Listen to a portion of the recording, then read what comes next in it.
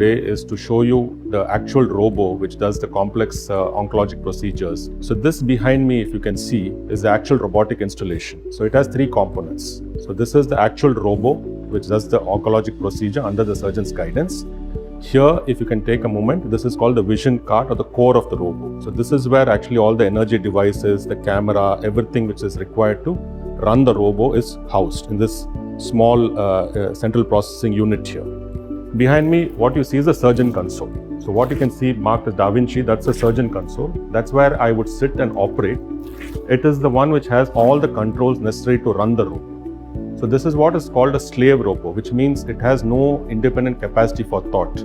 It has no consciousness and it cannot perform the procedure itself. There is no machine learning. So contrary to popular perception that the robo actually does the procedure, it is not so.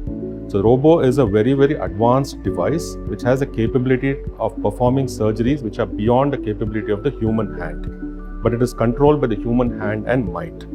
So in the next few minutes, I will take you through how the robo actually does the procedure. I will simulate a surgery by docking to a model which you can see here, and we will show the actual instruments which do the procedure. I will also sit on the console and show you how the instruments move within the human body. Our index patient was a 40-year-old gentleman from Bangladesh who came to us in distress with the right colon cancer. He had been offered open surgery locally and he was very upset because his livelihood depended on him getting back to work very easily and early. So he came to us and we were able to counsel and convince him about the benefits of the robotic system, which include to the patient obviously smaller incisions, less blood loss, faster recovery and earlier return to normal function. For the surgeon and in terms of the actual cancer procedure, what we see is a magnified view, which is about 10-12 times magnified. What this means is that we're able to see very critical structures, for example, the nerves and fine blood vessels around the tumor in such detail that it can spare the important structures while performing a radical cancer operation. Also, a core part of any cancer operation, as you are all aware, is removal of the lymph nodes, which drain the cancer. So these nodes, even the smallest node with a magnification of 10 to 12 times, are seen in great detail with the robo. It gives you three-dimensional perception, which is like seeing with the eye at open surgery. And they have instruments, which I'll explain a little bit, which have extreme degrees of freedom so that they go beyond the reach of the human hand. Additionally, there is also tremor filtration, which means that the surgeon's hand, which have a normal resting tremor, are not communicated to instrumental. All of these leads to superior cancer-specific outcomes and very, very early recovery from surgery.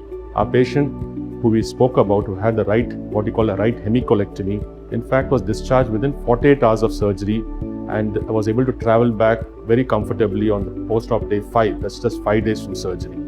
His report also showed that the cancer was completely removed and he did not require any further treatment, either chemotherapy or radiation, which is a blessing for the patient.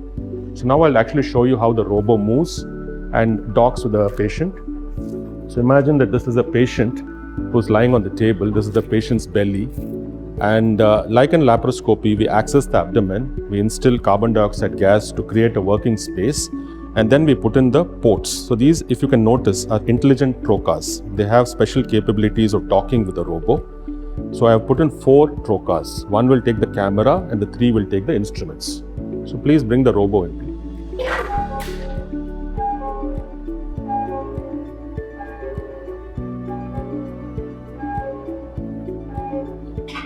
So the robo now has, as you can see, it has got a central pillar and it's got a boom from which the 4 arms, you can see the arms are numbered as 1, 2, 3 and 4. They are brought in close to the patient.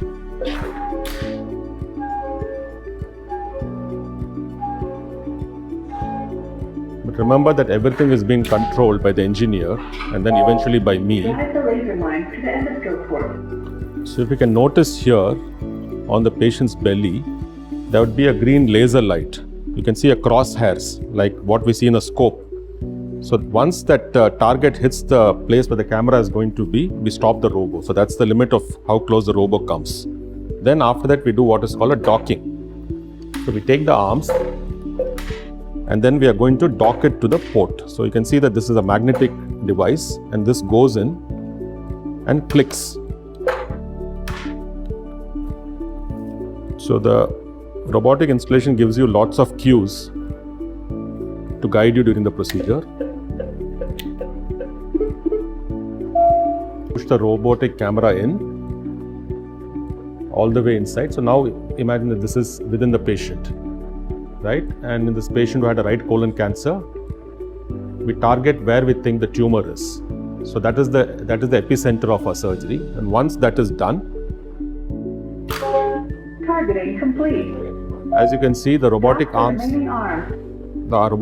have all aligned themselves around the patient to meet the specific requisites of where the surgery is required. Then we take the other arms and we dock the other. And start docking. So all the other arms are now docked to the respective trocars. So now the robo is docked. So it has the capability of taking in instruments. Next we'll get the instruments. So these are some of the instruments. So you can see the instrumentation is extremely small. It's only about 5 to 8 millimeters in size, and imagine that this is capable of doing surgery which you do with laparoscopy or with open surgery. So such fine instruments which obviously get magnified. So this is a scissor.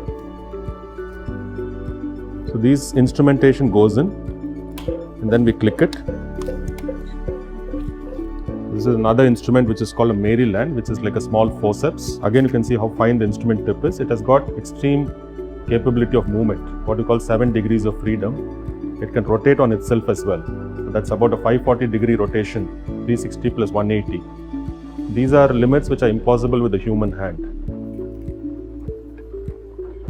And this is another one which is used for grasping, called a ProGrasp forceps. So all the instruments are in. So with these instruments and everything being under my control, I can perform the entire surgery practically unaided, with a little bit of assistance from the nurse and a bedside surgeon. So there are safety parameters. So there is a surgeon at the bedside who is going to help to handle the instruments and a nurse. So we don't encounter problems, but theoretically if we did, then we have the capability of overcoming them very rapidly. So now I'm going to sit on the console, and then you can see how the instrumentation actually moves within the patient, right? So you can see here, I have a console which has all the controls required. I can control everything about the robo from here. And I look into this vision thing which has 3-dimensional vision. So I have a grasper, for example. So I can, grasp tissue. I could grasp tissue. I can go as close as I want, for example. And I could grasp tissue or hold something here. Imagine there is tissue. I could hold tissue like that, hold it up, and then I could switch to the other arm. So then, this can do the actual procedure. So I can go into the patient, for example. I can go as close, I can magnify. You can see how magnified my view is. Let's say there's a suture here. I could hold it with this arm, bring it up.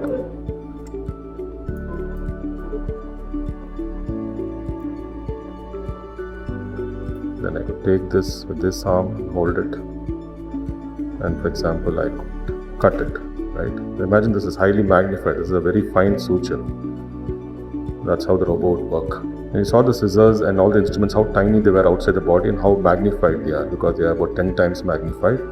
What you're seeing is, of course, a 2-dimensional representation. What I see is even better, which is a 3-dimensional representation of the same thing.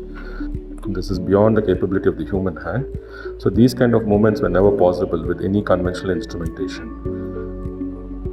So that's what the robo does. And I hope you will, visit us in person and see probably, actual procedures which are being done, and talk to the patients who benefit from these procedures. It's really remarkable. I hope you had a good kind of appetizer, or, a good idea of how the robo actually functions. These are actual procedures which we're able to do, very complex ones which were practically impossible a few years ago. We are able to reach in places such as the pelvis, which is extremely deep. We are able to go to places in the chest, for example, esophageal cancer, and take out all the nodes there. We are able to dissect along the important nerves and critical structures. And our hope is with time that we're able to do more complex procedures such as liver cancer surgery, pancreatic surgery, etc. But traditionally we were not able to perform minimally invasive or keyhole surgery because of the difficult areas in which these tumors are located and the critical structures. Now we're able to do practically any surgery with the help of the robotic installation for the benefit of the patient.